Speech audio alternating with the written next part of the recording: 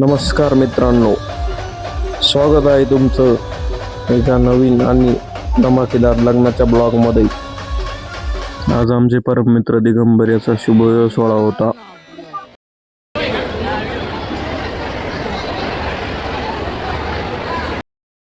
नवरदेवाची मिरवणूक तर एकदम कडक बँडच्या तालावर सुरू होती। मंडळी लग्न म्हटलं की गाजावाजा आलाच, पण दिगंबरच्या लग्नात जो बँड होता ना, तो एकदम एक नंबर आणि कडक होता। आमचे मित्र भावी नवरदेव ऋषिकेश डिकले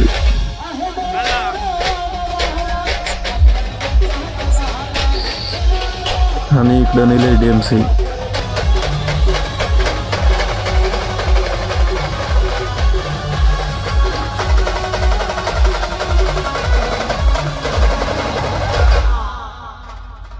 मंडळी, तुम्ही लग्नामध्ये नवरदेवाची एंट्री गाड्यामधून, घोड्यावरून किंवा बुलेटवरून होताना तुम्ही अनेक वेळा बघितली असेल, पण दिगंबरच्या लग्नात नवरदेवाची एंट्री एकदम आगळ्या आणि पारंपरिक पद्धतीने झाली।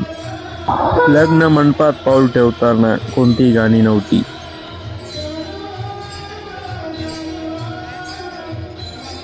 हातामध्ये टाळ आणि मृदुंगाचा तो घुमणारा गजर, ज्ञानोबा तुकारामच्या जयघोषाने आणि विठ्ठलाच्या गजराने अख्खा लग्न मंडप दुमदुमून गेला होता।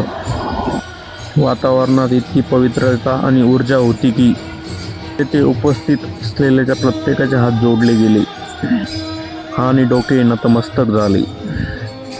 आपल्या महाराष्ट्राची वारकरी परंपरा जपत केली ही एंट्री मनाला थेट भिडली। खऱ्या अर्थाने या सोहळ्याला एक वेगळीच उंची मिळाली।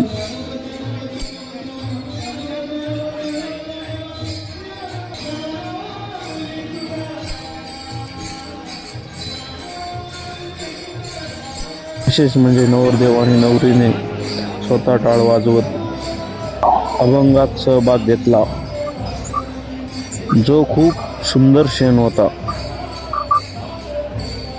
विठ्ठल विठ्ठल जय हरी विठ्ठल अभंगाच्या तालावर जेव्हा नवरदेव नवरीने टाळ वाजवायला सुरुवात केली, तेव्हा तेथे उपस्थित असलेल्या प्रत्येकाचा ऊर अभिमानाने भरून आला। डोळ्या अंगावर लग्नाचा पेहराव, मनात मात्र विठ्ठलाची भक्ती। दोघेही त्या टाळ मृदंगाच्या तालावर इतके तल्लीन झाले की जणू ते काही लग्न मंडपात नसून विठ्ठलाच्या वारीमध्ये आहे असे वाटत होते।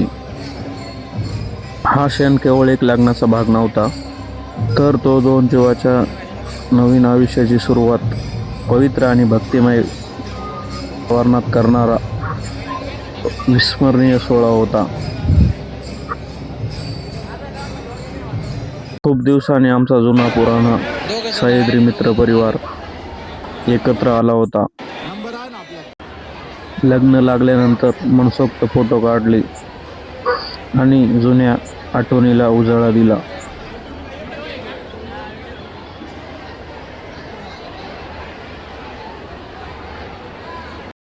लग्नात जेवण एकदम गावरान आणि चवदार होते। उसळ, बुंदी, वरण भात, मसाले भात आणि थंडगार मठ्ठा।